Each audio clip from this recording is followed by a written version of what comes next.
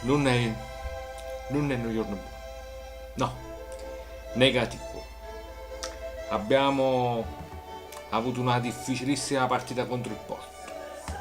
Siamo usciti dall'Europa League. Un obiettivo in meno, presidente. Diego, vieni qua, vieni.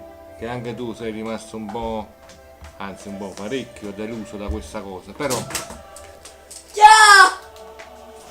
ciao, saluto. Ci dobbiamo rimboccare le maniche. Vieni qua, Diego, se no non ti vedi. E dobbiamo andare avanti. Mi presento per chi ancora non mi conoscesse. Io sono Gennaro, Luis Vinicio Bruno Paesaola Esposito, detto sì Gennaro. Lui è Diego, poi c'è un altro figlio che si chiama Armanda, poi non ve l'ho mai detto.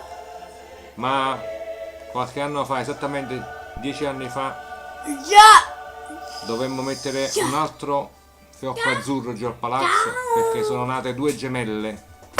Avete capito bene, fiocco azzurro. A noi nascono maschi o femmine, sempre fiocco azzurro mettiamo e non possiamo mettere altri colori. E le altre due gemelle si chiamano una Mara e una Donna. Quindi io ho 4 figli in poche parole: Diego, Armando, Mara e Donna. Detto questo, avete capito che sono abbastanza tifoso del Napoli. E per quanto tifoso, ho detto ci dobbiamo rimboccare le maniche, dobbiamo chiudere questo discorso con il Porto. Ormai chiuso un porto si apre un portone e quindi dobbiamo pensare alla Roma, ad acchiappare, acciuffare sta Roma, innanzitutto vincendo con la Fiorentina domenica.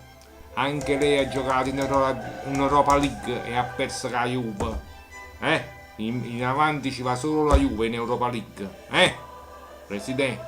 Vabbè, però la musichetta che stiamo sentendo la dobbiamo sentire anche l'anno prossimo, presidente. E il portone della Champions League deve essere quello là già aperto, non quello dei preliminari, presidente. Capisci a me? Quindi attrezziamoci. Siamo già attrezzati, però facciamo essere più attrezzati. Dobbiamo essere più forti. Dobbiamo essere più convinti, più combattivi, meno distratti in difesa e più concreti in attacco. Presidente, amma vincere. Forza Napoli!